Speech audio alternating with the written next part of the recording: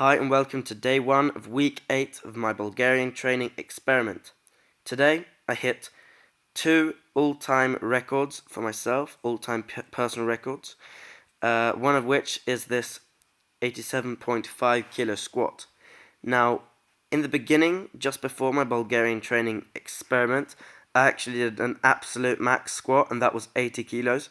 So we've made like 7.5 kilo gains on our best squat, and a best squat we're going to do every day this whole week. So what does that mean? It means that my max squat should probably be over 90, and soon it will be at 100.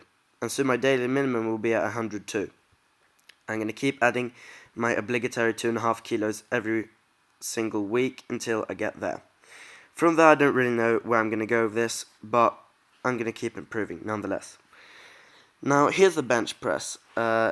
It's getting easier and easier when we're adding in more and more back-off work. As you can see here, I set up, and when I do the actual lift, I have good bar speed, good form. My shoulder tweak is completely gone. I trained it away basically, and I don't feel any form of like tendon pain or anything, and it's just a lot easier than it's been. So as you can see here, it goes down, clean pause, like 1.5 second pause, and it just pops right up. So I'm gonna do one more week of back-off work, then I'm gonna take the back-off work. As you can see here, this is back-off work.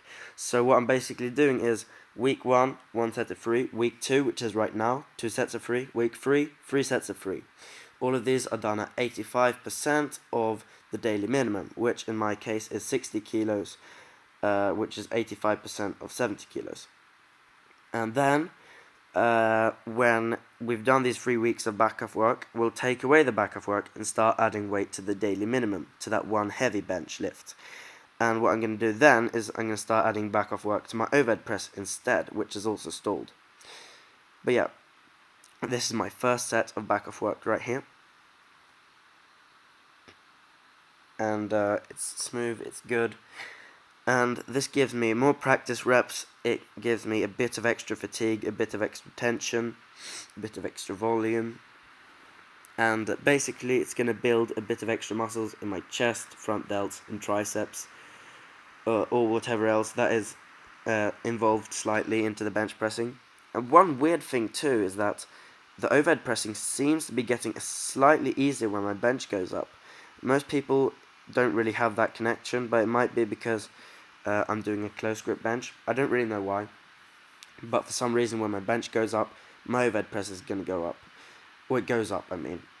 But yeah, soon we're going to add back-off work to the overhead press, and so then it should sort itself out. Eventually I'll get to a 60 kilo overhead press. I'm hoping somewhere in between the 3 and the 6 month update I can get to the 60 kilo overhead press.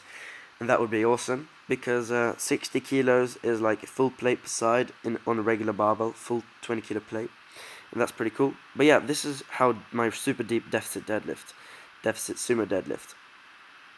As you can see there, this is the deepest deficit I've ever done on any deadlift variation, I think. At least in this year.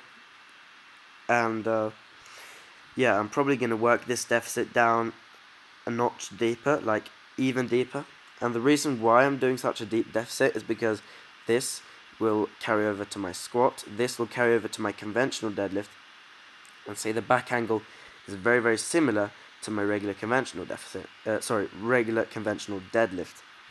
Now, this is mimicking the leverages of the deadlift, and what that means is that I'm going to get better carryover to my deadlift. Now, probably what I'm most happy about in this whole workout, a 32.5 kilo chin-up. This is the heaviest I've ever pulled on a chin-up, and I weighed myself directly after. I weighed 69.3 kilos, and so I'm pulling pretty much 101 kilos, and if you're counting with the belt and the chain, I'm pulling like maybe 102 kilos total. And I think that's pretty cool, and we're just going to keep working upwards from here. So, goodbye.